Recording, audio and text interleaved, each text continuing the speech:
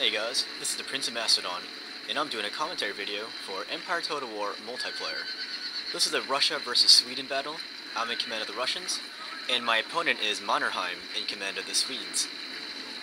First off, I want to apologize to my Swedish viewers. I wanted to play a Sweden versus Russia battle, but all I could find was a Russia versus Sweden battle, and I'm in command of the Russians. But I still love Sweden though. Anyways, let's look at my army first. I've got skirmishers on the front ranks here. Who are these guys? These are riflemen. Then I have crap loads of line infantry, and they are coming out of the forest here. And this is the way Suvarov advanced. He advanced in column, and when he deployed his army, he deployed them in a line. Alright.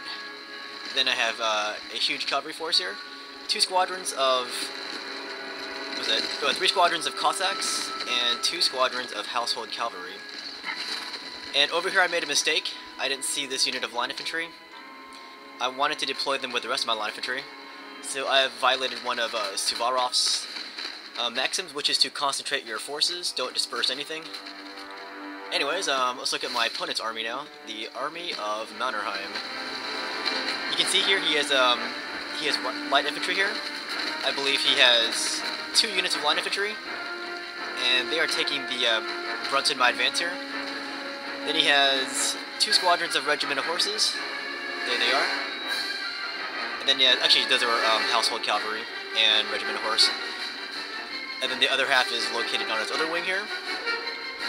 We're advancing towards each other right now, but I'm making the biggest advance with my army here. You can see what I did. I concentrated my army on my opponent's left wing here. Anyways, my opponent also has 2 guard units. Then he has 4 units of line infantry.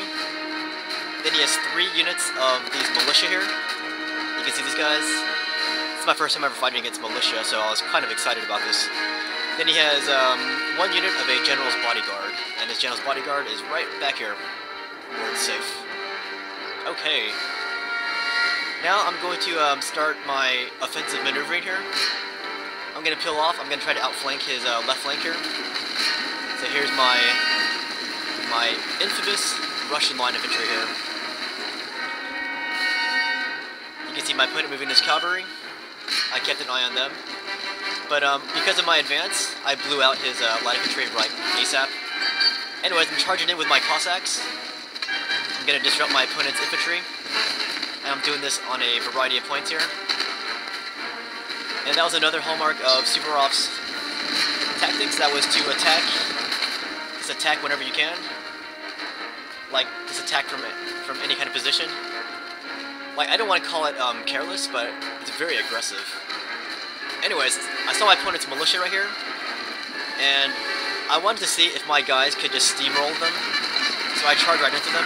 Like, I know he has more chevrons than me, but I knew that they're only militia, so I wanted to just take them out. Alright. Yeah, my opponent has all kinds of chevrons on his troops here, so I was kind of concerned about that. Anyways, here I formed into a square at the last second, and he's gonna bash his left-wing cavalry into my Russian square.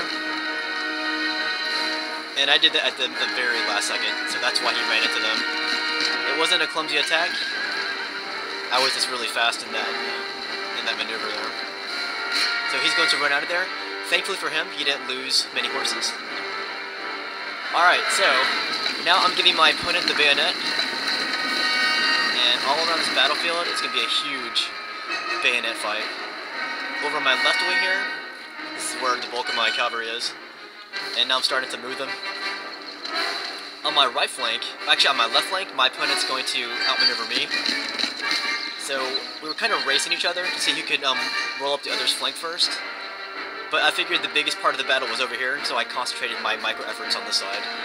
Alright, so I'm bringing up my infantry for a bayonet charge here into his militia again.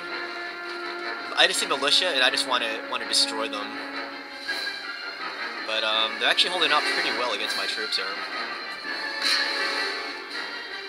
Anyways, as you can see, I've returned to the Suvarov school of bayonets here. And that's because I'm very intrigued by that military genius of Suvarov. And he always loved to march extremely fast and like march forever. And some of the subordinates were actually complaining about it. And Suvorov announced this. He said, "It's come to my attention that certain people complain that the infantry have got their feet wet. But this is what happens in wet weather. In the future, any loudmouths who complain against the Imperial service will be dismissed from his command as a big head." So that's just a Suvorov quote there.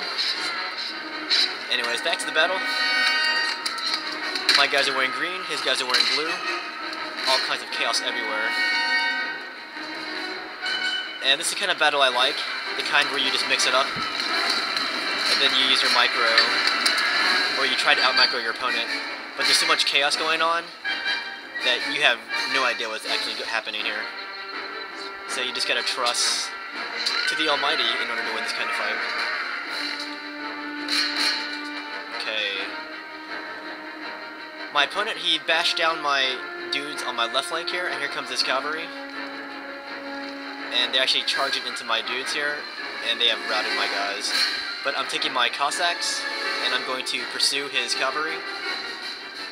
And I believe his cavalry is stronger than mine, but I just want to retard their motion. I don't want them hammer and enveling my my infantry who are engaged with his dudes. It's usually bad when you get hammer and anvil. Alright, here is this huge infantry fight. It's like everywhere.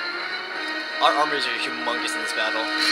The rules for this battle were no artillery, so it was definitely a very fun game to join. And my opponent's a very nice guy, very honorable too. Anyways, my opponent named himself after a Finnish general who was a hero of the Russia-Finnish War. So it was kind of ironic that I'm using Russia against him.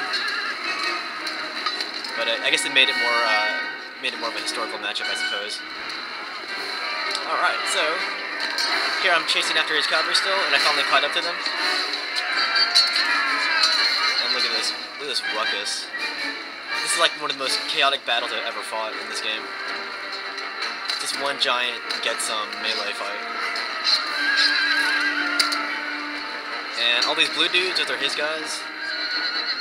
So he's actually winning on this side. See all this blue Swedish flag? Those are his guys winning. And on this side, it's all my Russian flags winning. So there's all kinds of chaos here. And here's the overhead. You can see here, it's still a 50-50 battle. I got some of my riflemen back here, and he's gonna charge into them because I was taking shots at his cavalry from behind. And now he's going to bring my guys down. Or he's going to try to anyways. Instead, his cavalry is actually going to run away from this fight. Because my skirmishers are actually holding the ground. And that's kind of a waste of time for a cavalry to be engaged in that kind of fight. Okay, let's zoom in. There's action here. My line infantry are really brave. And they're holding out against this cavalry. But actually, it's not very good for a cavalry to be in that kind of fight. The power of cavalry is shock, but not really for sustained combat. Alright, so now I'm finally driving against my opponent here, and at this point my opponent said good game. But I thought the battle was still going to keep going. But he's going to surrender here in a minute. It's a very good battle though. And I can show you just how massive our armies were in this battle when the results come up. Here's the overhead. Look at that. And both of our generals are dead. Very fitting for this kind of battle. Here's my skirmisher units. They've drawn out their blades. And here's our cavalry going at it against each other. Yeah, I think it's going to be victory for Mother Russia here. Speaking of Russia, I'm actually getting Bondarchuk's War and Peace tomorrow, so I'm very excited. I found a copy at a local store nearby. Alright, so that was a victory for me. I killed 1,569 men, and I lost 1,779 men. My opponent Mannerheim, he killed 1,658 men, and he lost 1,729 men. So we both lost more men than we killed, so it was very interesting.